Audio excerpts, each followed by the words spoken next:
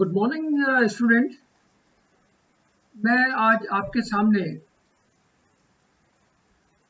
भौतिक भूगोल BA part first का फर्स्ट पेपर का पर पहला व्याख्यान यानी लेक्चर फर्स्ट में लूंगा।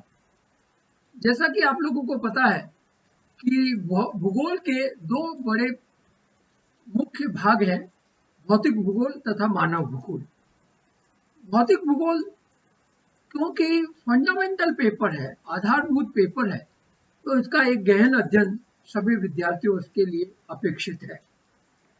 ये भौतिक भूगोल को भूगोल की नींव कहा जाता है, परंतु भौतिक भूगोल को समझने के पूर्व हमें भूगोल क्या है इसके बारे में जानना आवश्यक है। तो आज मैं अपने इस व्याख्यान में भूगोल क्या है इसका एक संक्षिप्त परिचय आप लोगों के सामने रखूंगा।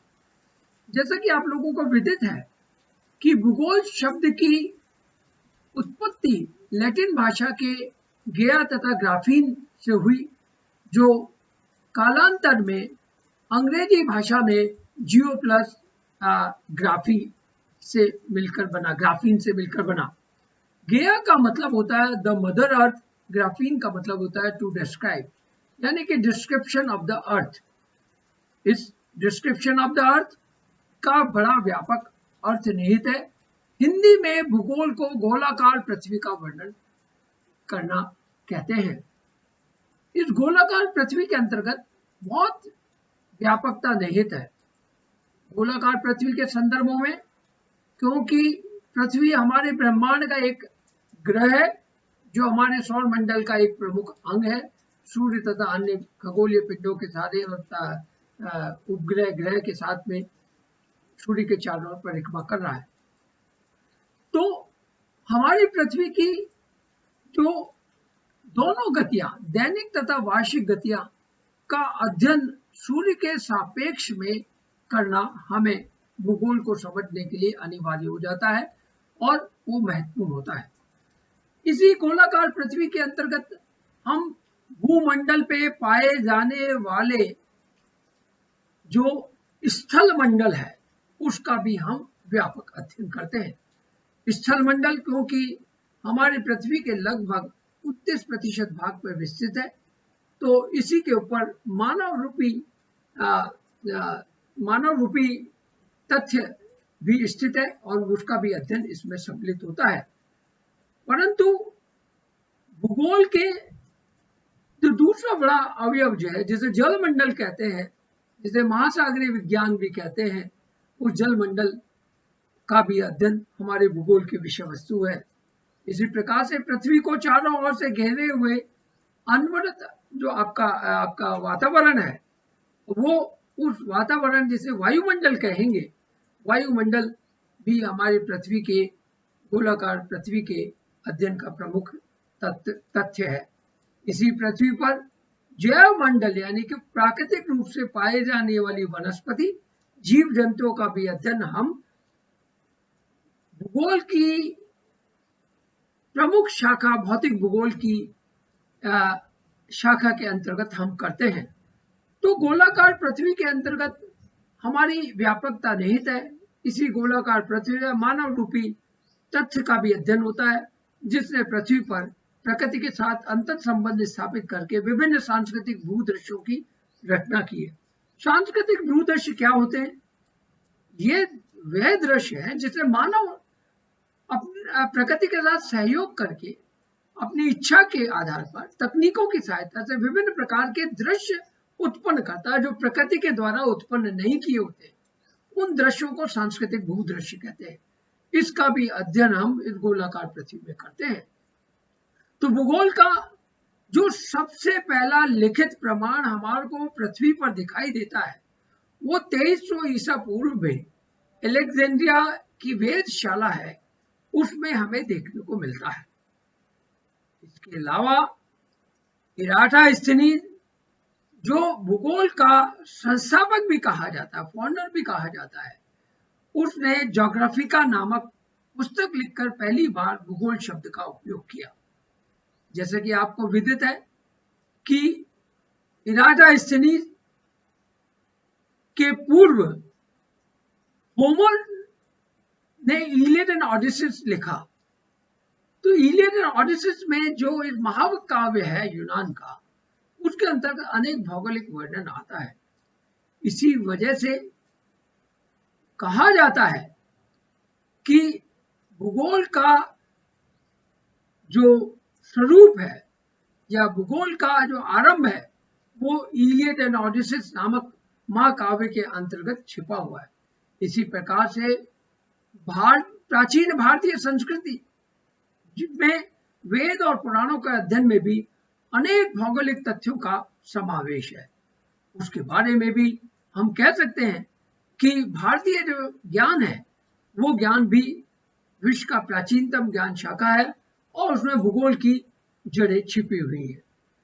इस आधार पर हम कह सकते हैं कि जो भूगोल है वो मानव तथा प्रकृति दोनों के मध्य एक गतिशील और जटिल अंतर संबंध पाया जाता है, और इस अंतर संबंधों का अध्ययन करना, उनको केंद्रित करते हुए अध्ययन करना वाला ये विज्ञान है। और यह भी आपको स्पष्ट करते हैं कि मानव और प्रकृति दोनों तथ्य अत्यधिक रूप से परिवर्तनशील व गतिशील है। दोनों एक दूसरे के साथ क्रिया करते, एक दूसरे को प्रभावित करते हैं और एक दूसरे से प्रभावित होते हैं, और इन जटिल अंतर संबंधों के कारण से हमारी पृथ्वी पर अनेक प्रकार की जटिलताएं भी उत्पन्न हुई है। वह भी भूगोल की विषय वस्तु का सार है। वर्तमान परिप्रेक्ष्य में अगर हम देखेंगे, पृथ्वी पर इन जटिलताओं के कारण से, मानव की विवेकहीन क्रियाओं के कारण से पृथ्वी के अस्तित्व के ऊपर ही संकट उत्पन्न हो गया। वह संकट का भी समाधान या निदान, चाहे पर्यावरण का लेकर हो, चाहे बायोडायवर्सिटी लॉस को लेकर हो, उन सब का समाधान हम भूगोल की विषय वस्तु के अंतर्गत करते हैं। तो इस आधार पर हम ये कह सकते हैं, भूगोल की विषय वस्तु में जितने भी लगभग 200-300 साल पहले ये विभिन्न प्रकार के विषय जो कंपार्टमेंटलाइजेशन कहते हैं, उन विषय के अंतर्गत में विभिन्न जो तथ्य हैं उन सब का मूल या सार भूगोल के अंतर्गत छिपा हुआ है। इस कारण से भूगोल को हम इंटरडिसिप्लिनरी साइंस भी कहते हैं, अंतर अनुशासनात्मक विज्ञान भी कहते हैं। अगर इस भूगोल को हम आगे इसके देखें, इसके विकास रूप को, विकास यात्रा को, ये जो भूगोल रूपी जो प्रासाद है या भवन है या इमारत है, ये प्राचीन काल से पृथ्वी को, परिवेश को समेटने की दिशा में प्राप्त अनुभव की नींव पर खड़ा हुआ है या निर्मित हुआ है। यानी कि जब से मनुष्य का पदार्पण हुआ इस धरातल पे, तब से हम पृथ्वी के परिवेश को हम समझने की, उसके अनुरूप क्रिया करने की या अंतर क्रिया करने का कार्य कर रहे हैं, और उसके आधार पर हमें जो एक्सपीरियंस मिल रहे हैं, जो हमें नॉलेज ज्ञान प्राप्त हुआ है, उसी से भूगोल रूपी आपका करेची की विशालकाय गगनचुंबी इमारत का निर्माण हुआ है। इस आधार पर हम ये कह सकते हैं कि भूगोल प्राकृतिक परिवेश में मानव विकास की संभावनाएं तथा सीमाओं के मानव चेतना की ऐतिहासिक अनवरत यात्रा है। It is the continuous process of the human journey. Human journey यानी कि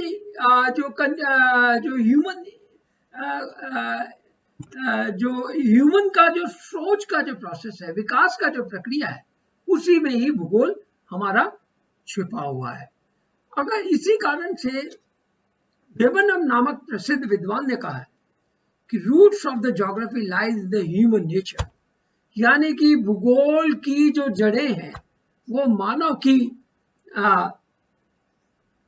प्रकृति में छिपी हुई। मानव की प्रकृति क्या है? मानव क्या देखता है?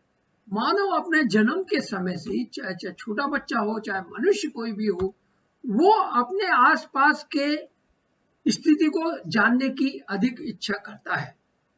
आपके उदाहरण के तौर पे ही आप अभी 12th पास करके प्रथम वर्ष में प्रवेश लेते हैं, तो आप अपने महाविद्यालय में जहां पे आपको एडमिशन लेना है उसके बारे में जानने की इच्छा रखते हैं कि कहाँ पे मुझे एडमिशन लेना चाहिए, कौन सा कॉलेज अच्छा होगा, कितने मुझे अधिक सुविधा मिलेगी, फिर उस कॉलेज का चयन करने के पश्चात आप उस कॉलेज को जानने की कोशिश करते हैं, कहाँ पर लाइब्रेरी है, कहाँ भूगोल विभाग है, कहाँ प्रशासनिक भवन है, कहाँ प्राचार्य कक्ष है, कहाँ खेलकूद का मैदान है।